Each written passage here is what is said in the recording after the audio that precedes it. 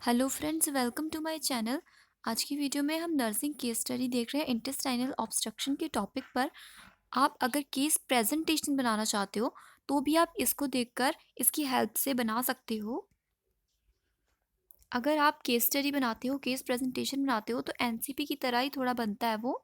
बस उसमें disease condition आप लोगों को ऐड करनी होती है, थोड़ा सा उसमें कंपैरेटिव स्टडी भी होता है। उसके बाद इंट्रोडक्शन हमने बता देना है कि जो पेशेंट है उसके बारे में आप बताओगे, डायग्नोसिस उनका लिखोगे और वो कैसे एडमिट हुए हैं, कौन सा उनका ऑपरेशन हुआ है, ये सारी चीज़ें इसके अंदर आ जाएगा। डेमोग्राफिक डाटा में पेशेंट के बारे में आपने नाम वगैरह लिख लेना है। डायग्नोसिस इंटेस्टाइनल ऑब्स्ट्रक्शन है, एड्रेस, एडमिशन, सर्जरी लैप्रोटमी की हुई है, कब हुई है, क्या डेट है, सब कुछ लिख लेना है। अनस्थीज़िया के बारे में भी इसने बताया है, काफ़ी अच्छे से बनाया गया है, आपके लिए काफ़ी हेल्पफुल है। और इसके अलावा अगर आप कोई दूसरा भी केस स्टडी बना रहे हो, एनसीपी बना रहे हो या केस प्रेजेंटेशन बना रहे हो तो इस फॉर्मेट में ही आपको बनाना है। अपना आप टॉपिक थोड़ा सा बदल के लिखना होता है, बाकी फॉर्मेट आपका ऐसे ही रहने वाला है। चीफ कंप्लेंट्स हमने लिख ली है। फैमिली हिस्ट्री में आप क्या करते हो, फैमिली ट्री बनाते हो और साथ में फैमिली में कोई अगर जैसे कि कोई प्रॉब्लम है, कोई disease condition, previously communicable disease, mental disorder है, कोई साइकोलॉजिकल प्रॉब्लम, सारा कुछ आपको लिखना होता है। ये देखिए इस तरह से आपका फैमिली ट्री बनेगा।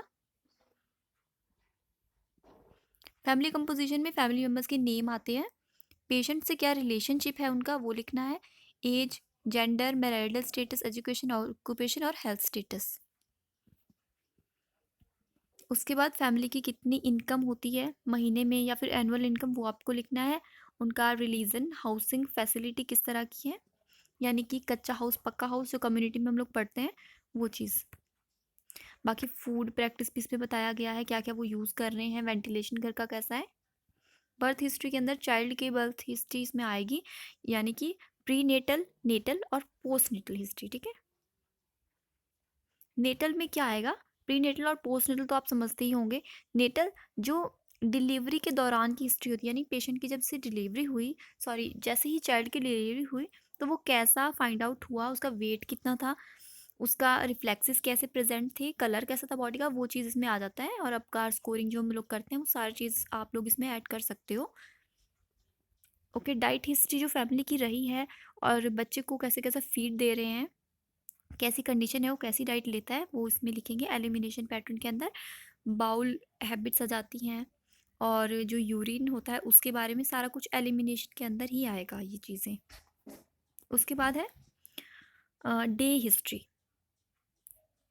यानी कि दिन के टाइम में क्या क्या उसकी हिस्ट्री है, कैसे कैसे पेशेंट की केयर हो रही है दिन के टाइम में। Currently child is getting normal sleep pattern at night but some time he had difficulty in sleep. पूरे दिन की जो हिस्ट्री है वो इसमें लिखी हुई, because of pen eight colostomy in season site. आप जानते हो क्योंकि इंटेस्टाइनल ऑब्स्ट्रक्शन की कंडीशन में पेशेंट जो है हमारा उसका लेप्रोटमी का सर्जरी हुई है। फिर पास्ट मेडिकल हिस्ट्री लिख लेना है। प्रेजेंट की हिस्ट्री तो हम लोग जानते ही हैं, उसके अंदर आपको साथ में ये भी बताना है कि कौन से हॉस्पिटल में, किस डेट में वो एडमिट हुआ है, क्या क्या कंप्लेंट्स रही थी। ठीक है, देन फिजिकल एग्जामिनेशन आपको लिखना है। ये समरी वाला पॉइंट आप चाहे तो इसमें से निकाल सकते हो। फिजिकल एग्जामिनेशन में head to toe examination complete करना है। जर्नल अपीयरेंस है, एंथ्रोपोमेट्रिक मेजरमेंट होगा चाइल्ड का, कितना उनका हाइट है, क्या वेट है, हेड और चेस्ट का सर्कमफेरेंस, वो आप मेज़र करके लिख सकते हो। वाइटल साइंस लिख लेना है नोट डाउन करके।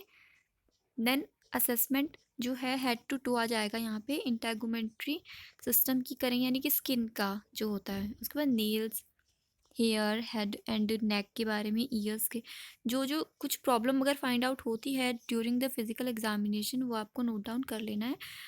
फिर आपका इसमें नेक्स्ट है eyes, nose, mouth and lips, thorax and lungs, heart. उसके बाद अब्डोमेन, देन अम्बलाइकस, ग्रॉइन। तो हर्निया जैसी प्रॉब्लम उनको नहीं प्रेजेंट है। जेनाइटल एरिया के बारे में लिख लेना है, anal region, then breast, spine, extremities. फिर उसके बाद रिफ्लेक्सेस।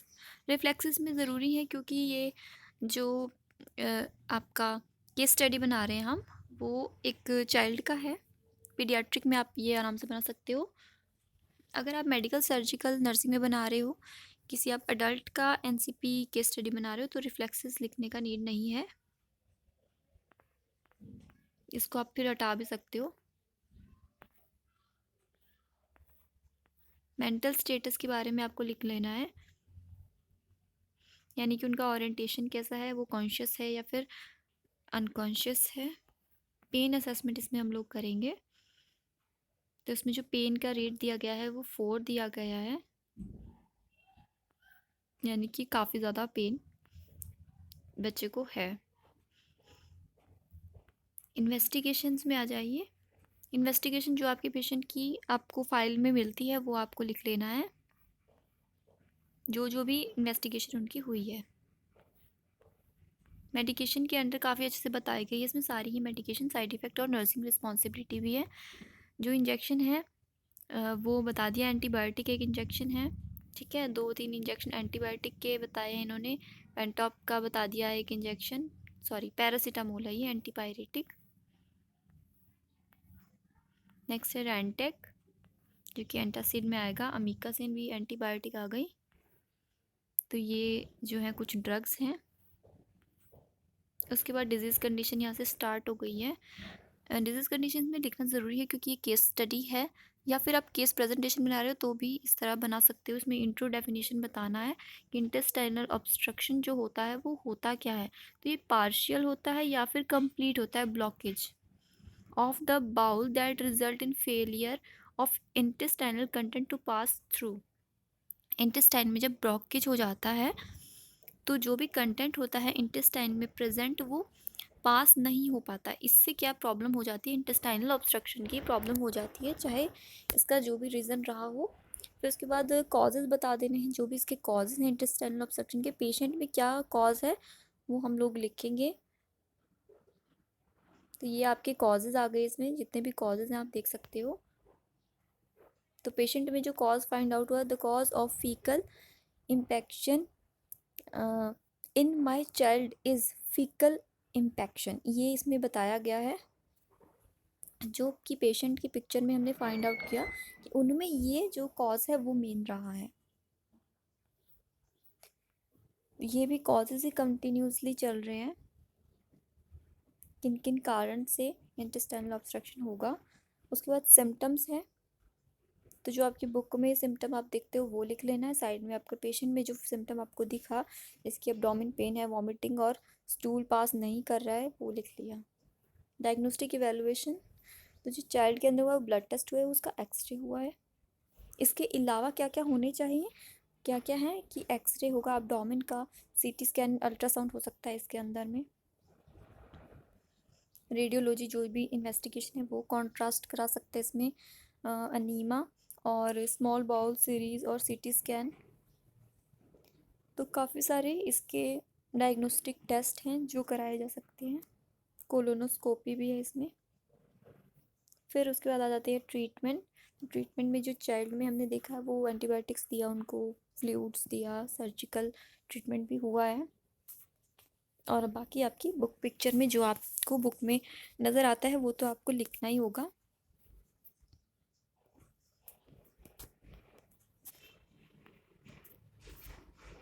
उसके बाद कॉम्प्लिकेशंस, कॉम्प्लिकेशन जितने भी हैं वो हम लोग नोट डाउन कर लेते हैं।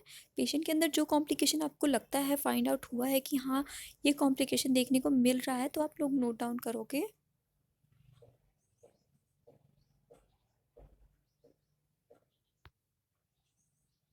ये सारे कॉम्प्लिकेशंस हैं। उसके बाद नेक्स्ट है प्रिवेंशन।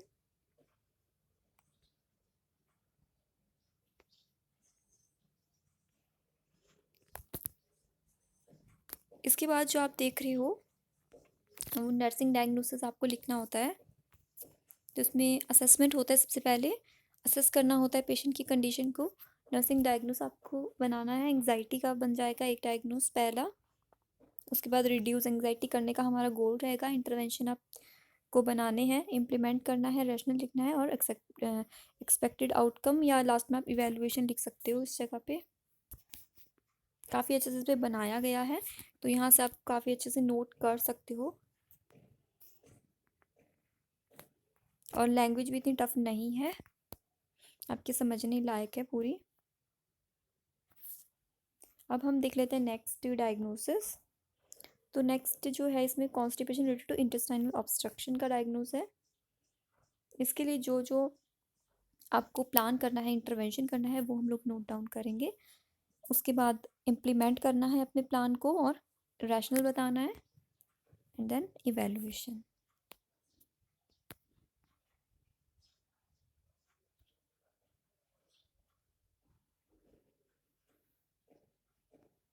ये आपका थर्ड डायग्नोसिस है।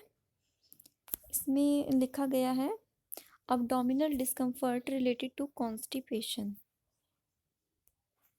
उसी तरह से हमें सारे डायग्नोसिस को एक्सप्लेन कर लेना है। ये देखिए ये है। इसके बाद next diagnosis Altered nutrition pattern का आ जाएगा।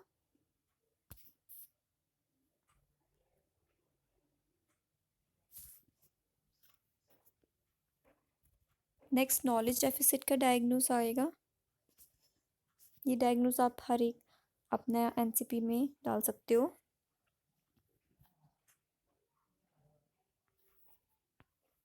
एक और डायग्नोसिस है हाइपरथर्मिया का।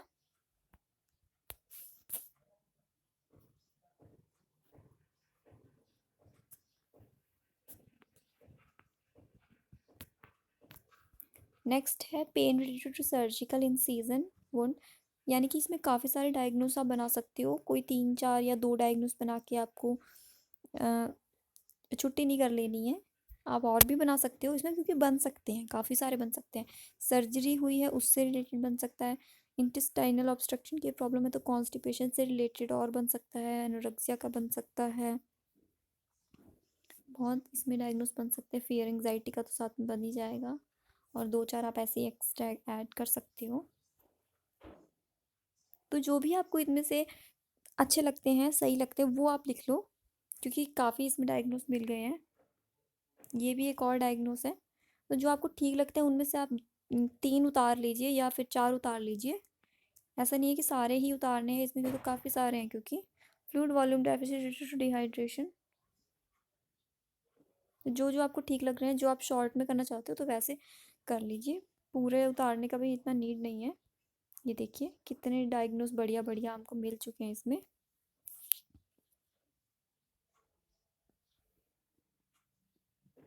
ये अल्टर्ड स्लीपिंग पैटर्न का बन जाएगा एक, क्योंकि पेन की प्रॉब्लम है, पेन हो रहा है उनको, इसलिए आपको डायग्नोस लर्न होना चाहिए। बाकी तो फिर गोल इंटरवेंशन तो बन ही जाती है। डायग्नोस मगर याद कर लेने चाहिए कि पर्टिकुलर जो सिस्टम है, ये डिज़ीज़ है, उसमें क्या जो अच्छे पर्टिकुलर लगने चाहिए डायग्नोस, वो हमको पता होना चाहिए, वो सुटेबल होने चाहिए। ये देखिए हेल्थ एजुकेशन लास्ट में, और कंक्लूज़न भी दिया गया है।